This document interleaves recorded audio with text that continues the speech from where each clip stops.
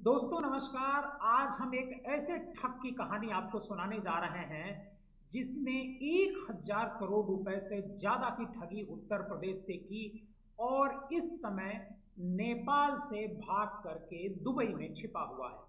इस अपराधी का नाम है, इस आर्थिक अपराधी का नाम है राशिद नसीम।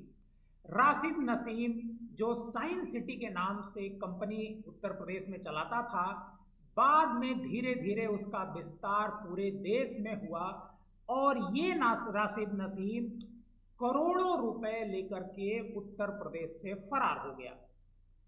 साइंस सिटी घोटाले में इन्फोर्समेंट डायरेक्टर ने लखनऊ की विशेष अदालत से नसीम को भगोड़ा अपराधी घोषित करवा दिया है। आपको बता दें कि लखनऊ की विशेष अदालत ने science city group of companies के प्रमोटर राशिद नसीम को भगोड़ा अपराधी घोषित कर दिया है।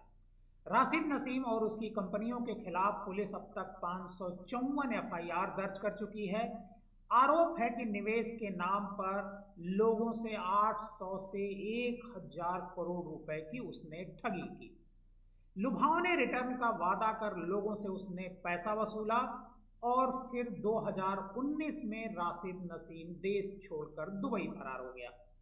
ईडी ने राशिद की 127.98 करोड़ रुपए की संपत्ति को कुर्क करने की प्रक्रिया शुरू कर दी है। लेकिन राशिद नसीम जब से भगोड़ा घोषित किया गया है, उसके बाद से उसके तेवर एकदम अलग हो गए हैं। इधर वो भगोड़ा घोषित किया जाता है, दूसरी तरफ राशिद नसीम फेसबुक पर एक पोस्ट लिखता है। ईडी के इस एक्शन के बाद राशिद नसीम लिखता है कि 2019 से 2022 तक लखनऊ के गोमती नगर में एफआईआर करवाने वाले सभी कस्टमर की एफआईआर की स्टोरी एक जैसी होती है। वह लिखता है कि इन आरोपों को साबित करना होगा, ये भूल गए।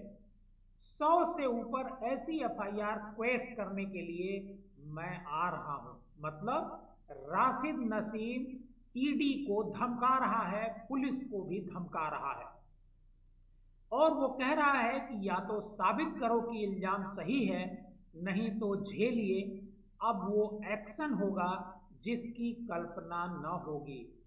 मतलब धमकी आप देखिए किस तरह की धमकी वो दे रहा है।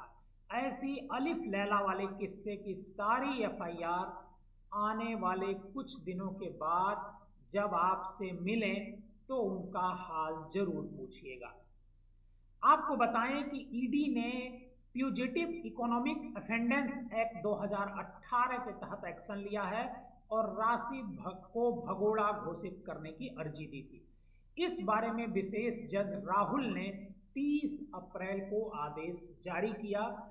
राशिद को आर्थिक अपराध के मामलों में भगोड़ा घोषित करते हुए उसकी संपत्ति जब्त करने का निर्देश उन्होंने दिया है। जांच में पाया गया कि राशिद ने फर्जी रियल एस्टेट स्कीमों और मल्टी लेवल मार्केटिंग के जरिए हजारों निवेशकों को झांसा दिया। उसके खिलाफ 554 से अधिक एफआईआर है। आपको बताएं कि 2019 में राशिद नसीम को नेपाल में पकड़ा गया था, लेकिन उसे वहां जमानत मिल गई। जमानत मिलने के बाद ही वह दुबई भाग गया और दुबई से ही अपना सारो कारोबार चला रहा है। उसके खिलाफ non available warrant, lookout circular और इंटरपोल का रेड कॉर्नर नोटिस जारी है। ईओडब्ल्यू ने भी उसके प्रत्यर्पण के लिए यूएस सरकार को पत्र भेजा है। राशिद पर आपको बता दें कि 5 लाख रुपए का इनाम भी घोषित है। आपको बता दें कि राशिद नसीम ने आखिर कैसे घोटाला किया और सरकार की नाक के नीचे ये घोटाला होता रहा और सरकार की तरफ से जो एजेंसियां हैं वो कुछ नहीं कर पाई। दरअसल हुआ ये कि साइंस सिटी नाम की कंपनी होती है जो रियल एस्टेट मतलब पैसा लेकर के जमीन देने का वायदा करती है। हालांकि कहा जा रहा है कि ये पॉन्जी और पिरामिड स्कीम थी और इन स्कीमों को चलाकर कंपनी ने रियल एस्टेट निवेश, प्लाट, घर, फ्लैट के साथ अन्य आकर्षक योजनाओं के नाम पर निवेशकों से पैसा जुटाया। निवेशकों को ऊंचे रिटर्न का लालच दिया, लेकिन यह एक पॉन्जी स्कीम थी जिसमें नए निवेशकों को पैसा पुराने निवेशकों को देने के लिए इस्तेमाल किया गया। निवेशकों का न तो वादा किए गए प्लाट या संपत्तियां दी गई और न ही रिटर्न। कई मामलों में प्लाट के दस्तावेज फर्जी कराए गए पाए गए, जिसके बारे में कहा जा रहा था कि ये राशिद नसीम की कंपनी बेच रही है। कंपनी ने निवेशकों से जुटाए पैसे को विभिन्न फर्जी कंपनियों, डायरेक्टरों और सहयोगियों के खाते में ट्रांसफर किया, ऐसा इन्फोर्समेंट डायरेक्टर का आरोप है। इन फंड्स का उपयोग जमीन, ऑफिस स्पेस और रियल एस्टेट प्रोजेक्ट्स खरीदने में किया गया, जो बाद में मनी लॉन्ड्रिंग का एक हिस्सा पाया गया। ईडी और पुलिस को जांच में पता चला कि राशिद नसीम के पास 34 से अधिक फर्जी कंपनियां हैं, जिनके जरिए निवेशकों को गुमराह किया गया।